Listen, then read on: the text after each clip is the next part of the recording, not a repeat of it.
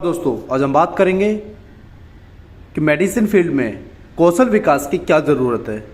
Basically क्या है कि भारतीय दवा उद्योग सस्ती और उच्च गुणवत्ता युक्त जेनेरिक दवाओं के उत्पादन के साथ वैश्विक स्वास्थ्य की वृद्धि में महत्वपूर्ण योगदान करता रहा है।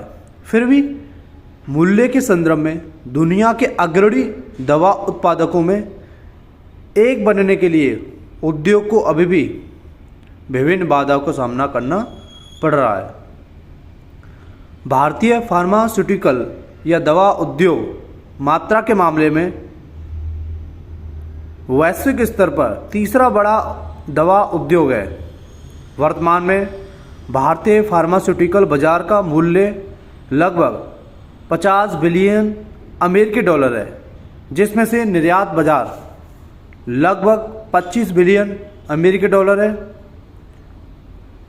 और घरेलू बाजार के वर्ष 2030 तक 130 बिलियन अमेरिकी डॉलर तक पहुंचने की उम्मीद है, जिसमें से 60% अधिक हिस्सेदारी केवल निर्यात की होगी। भारत के प्रतिभाशाली वैज्ञानिकों, इंजीनियरों और इंडस्ट्रीज के लगातार बढ़ते पूल के साथ इसके जनसांख्यिकी लाभ के बावजूद कौशल निर्माण के लिए एक पारिस्थितिकी तंत्र के विकास में निवेश करना अत्यंत आवश्यक होगा। एक ऐसी दुनिया जिसे VUCA मतलब volatile, uncertain, complex and ambiguous की प्रवृत्ति रखती है, अर्थात अस्थिर, अनिश्चित, जटिल और अस्पष्ट। वहाँ प्रतिस्पर्धा बने रहने के लिए अपस्किलिंग, कौशल उन्नयन और रीस्किलिंग पूर्ण कौशल निर्माण की मूलभूत आवश्यकता है। अब यहाँ बात करेंगे फार्मा क्षेत्र के समक्ष क्या विद्यमान प्रमुख चुनौतियाँ हैं। सबसे पहली चुनौतियाँ विनियामक अनुपालन, मतलब कि फार्मास्यूटिकल उद्योग अत्यधिक विनियमित और नियंत्रित है। भारतीय कंपनियों को उनके विभिन्न देशों के नियमों का पालन करना होता है, जिन्हें वे अपने उत्पादों को निर्यात करते हैं। हाल के वर्षों में भारतीय कंपनियों को कई नियामक बाधाओं का सामना करना पड़ा, जिनमें गुणवत्ता नियंत्रण, डेटा अखंडता जिसे बोलते हैं डेटा इंटीग्रिटी, एवं विनिर्माण अभ्यासों से संबंधी मुद्दे शामिल हैं और इसका कारण आयात प्रतिबंध एवं व्यापार की हानि की स्थिति बनी रही है। दूसरा है आपका बौद्धिक संपदा संबंधी मुद्दे। बौद्धिक संपदा अधिकार, इंटेलेक्चुअल प्रॉपर्टी राइट्स, फार्मास्यूटिकल उद्योग के लिए एक महत्वपूर्ण यह है क्योंकि इसमें सुनिश्चित होता है कि कंपनियां अपने आविष्कारों की रक्षा कर सकती हैं और अपने निवेश पर उचित प्रतिलाभ रिटर्न अर्जित कर सकती हैं। हालांकि भारतीय कंपनियों पर IPR, इंटेलेक्चुअल प्रॉपर्टी राइट्स कानूनों के उल्लंघन के आरोप भी लगे हैं और बहुराष्ट्रीय दवा कंपनियों के साथ कानूनी संघर्ष भी करना पड़ा है। उदाहरण के लिए वर्ष 2014 में स्विस दवा कंपनी रॉस ने भारतीय दवा निर्माता सिप्ला पर इस आरोप के साथ मुकदमा दायर किया कि सिप्ला ने उसकी कैंसर की दवा टर्सीवा के पेटेंट का उल्लंघन किया है। रॉस ने दावा किया कि सिप्ला द्वारा उनकी दवा के जेनेरिक संस्करण के निर्माण से उनके पेटेंट के अधिकारों का उल्लंघन हुआ है। ये मामला अदालत में पहुंचा और वर्ष 2016 में दिल्ली उच्च न्यायालय ने रॉस के पक्ष में निर्णय लिया, जिसमें कहा गया कि सिप्ला ने रॉस के पेटेंट का उल्लंघन किया है और उसे क्षतिपूर्ति देनी होगी। नेक्स्ट है आपका मूल्य नियंत्रण। भारत सरकार आवश्यक दवाओं की कीमती को नियंत्रित करती है, जिसके कारण दवा कंपनियों के लिए कम लाभ स्तर की स्थिति बनी रहती है। ये फिर कंपनियों के अनुसंधान एवं विकास गतिविधियों को प्रभावित करता है, क्योंकि उनके पास नवोन्मेषी उत्पादों में निवेश करने के लिए कम धन होता है। नवाचार की कमी। भारत में अधिकांश फार्मास्यूटिकल कंपनी जेनेरिक दवा को निर्माण पर ध्यान केंद्रित करती है, न कि अनुसंधान एवं विकास पर। उद्योग ने अभी तक नवोन्मेषी दवा खोज में एक सुदृढ़ अधिकार स्थापित नहीं किया है, जिससे बाजार में नई दवाओं की कमी की स्थिति बनी हुई है। नेक्स्ट है आपका अवसंरचना चुनौतियां। भारत में परिवहन, ऊर्जा, संचार सहित विभिन्न अवसंरचनात्मक कमियां उद्योग के लिए उल्लेखनीय चुनौतियां पेश करती हैं। पर्याप्त परिवहन सुविधाओं की कमी उत्पादों के समय पर आपूर्ति को प्रभावित करती है, जबकि पावर आउटेज और कम्युनिकेशन ब्रेकडाउन से निर्माण प्रक्रिया बाधित हो सकती है। नेक्स्ट है आपका कुशल कार्यबल की कमी। फार्मास्यूटिकल उद्योग को अनुसंधान एवं विकास, निर्माण और गुणवत्ता नियंत्रण सहित विभिन्न क्षेत्रों में कुशल कार्यबल की आवश्यकता होती है, लेकिन इस उद्योग में कुशल पेशेवरों की कमी है, जिससे मांग और आपूर्ति के बीच अंतराल उत्पन्न होता है। नेक्स्ट आपका वैश्विक प्रतिस्पर्धा। भारतीय दवा उद्योग को चीन जैसे अन्य देशों से कड़ी प्रतिस्पर्धा का सामना करना पड़ता है, जिसे निम्न उत्पादन लागत और उच्च उत्पादन क्षमता प्रदर्शित करते हैं।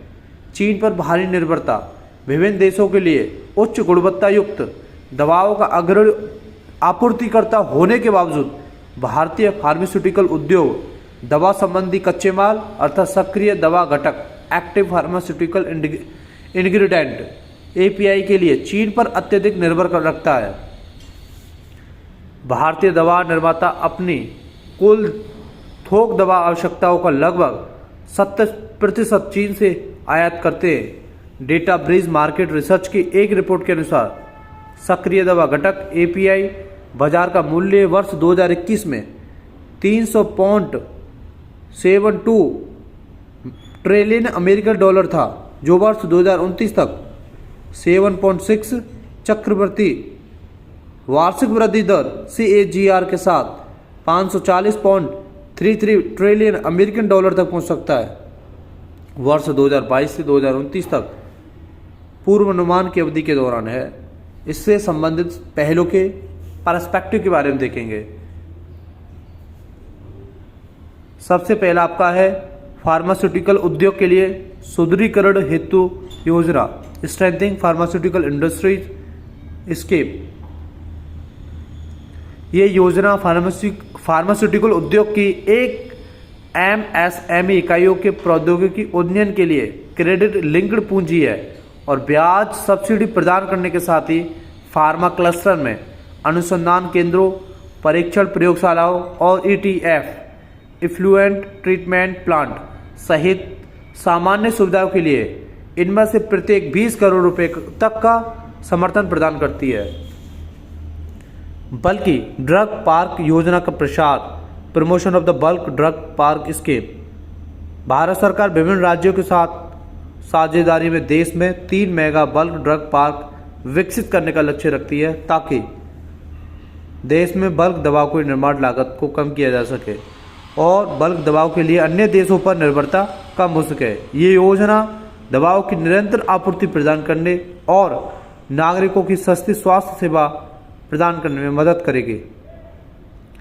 प्रोडक्शन लिंक्ड प्रोत्साहन PLI, production linked incentive PLI scheme. इस योजना का उद्देश्य देश में अत्यंत आवश्यक महत्वपूर्ण स्टार्टिंग सामग्री की स्टार्टिंग मटेरियल्स, ड्रग इंटरमीडिएट्स और सक्रिय दवा घटक के घरेलू विनिर्माण को बढ़ावा देना है। अब देखेंगे आगे की राह क्या हो। अनुसंधान और नवाचार को जीव विज्ञान अनुसंधान पद्धति और आर्टिफिशियल इंटेलिजेंस, मशीन लर्निंग एवं डेटा एनालिटिक्स जैसे अत्याधुनिक प्रौद्योगिकी में विशेषता रखने वाले पेशेवरों को नवाचार क्षेत्र में होना आवश्यक है, जो वैश्विक बाजार में 2/3 हिस्सेदारी रखता है। उचित विनियमन सुनिश्चित करना। भारतीय फार्मा क्षेत्र दुनिया का दवाखाना, फार्मेसी ऑफ द वर्ल्ड होने की अपनी स्थिति को बनाए रखे। इसके लिए आवश्यक है गुणवत्ता नियंत्रण पेशेवर उन साधनों से सुसज्जित हों जो सुनिश्चित करें तैयार उत्पाद अंतर्राष्ट्रीय मानकों को पूरा करते हैं। डिजिटल टेक का लाभ उठाना। उत्पादकता, दक्षता और नवाचार में सुधार के लिए डिजिटल तकनीकों का लाभ उठाना कंपनियों के लिए महत्वपूर्ण होगा। उदाहरण के लिए नैदानिक परीक्षण, क्लिनिकल ट्रायल्स अधिक दक्ष और प्रभावी बनाने के लिए डिजिटल तकनीकी का इस्तेमाल किया जा रहा है। दवा की खोज और विकास के सुधार के लिए आर्टिफिशियल इंटेलिजेंस का उपयोग किया जा रहा है। मशीन लर्निंग एल्गोरिदम का उपयोग पैटर्न की पहचान करने और परिणामों को अनुमान लगाने के लिए बड़ी मात्रा में डेटा का विश्लेषण करने हेतु प्रयोग किया जा रहा है।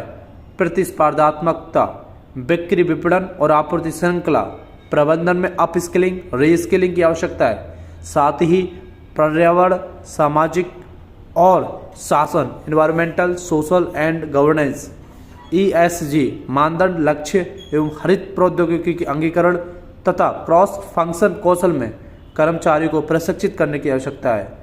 फार्मा पेशेवर को कौशल निर्माण, फार्मा क्षेत्र वैज्ञानिक अनुसंधान, दवा विकास, न्यायात्मक अनुपालन, विपणन, बिक्री सहित विविध क्षेत्रों में कौशल संपन्न पेशेवरों की मांग करता। इसलिए शैक्षिक कार्यक्रम के कौशल विकास पर ध्यान देना चाहिए, जो कार्यबल अत्यधिक कुशलतापूर्वक और प्रभावी ढंग से अपनी भूमिका निभाने में मदद कर सकता है।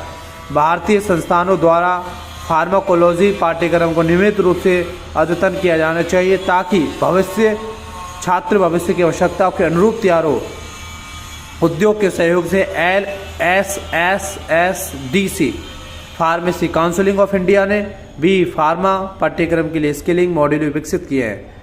LSSDC लघु माध्यम उद्योगों में लगभग 7500 श्रमिकों की कौशल उन्नयन का लक्ष्य रखता है। LSSDC कौशल विकास उद्यमशीलता मंत्रालय के साथ शासनादेश के तहत एक गैर लाभकारी नॉट फॉर द प्रॉफिट, गैर सांविधिक नॉट स्टैच्यूटरी प्रमाणिक निकाय है। I hope you like this information. Please like, share, subscribe. Thanks for watching. एक अभ्यास प्रश्न है, उसको लिख सकते हैं, सॉल्व कर सकते हैं। भारत के फार्मास्यूटिकल क्षेत्र के समक्ष विद्यमान प्रमुख चुनौतियां कौन सी हैं और वैश्विक बाजार में निरंतर विकास एवं प्रतिस्पर्धा सुनिश्चित करने के लिए उन्हें कैसे संबोधित किया जा सकता है। Thank you.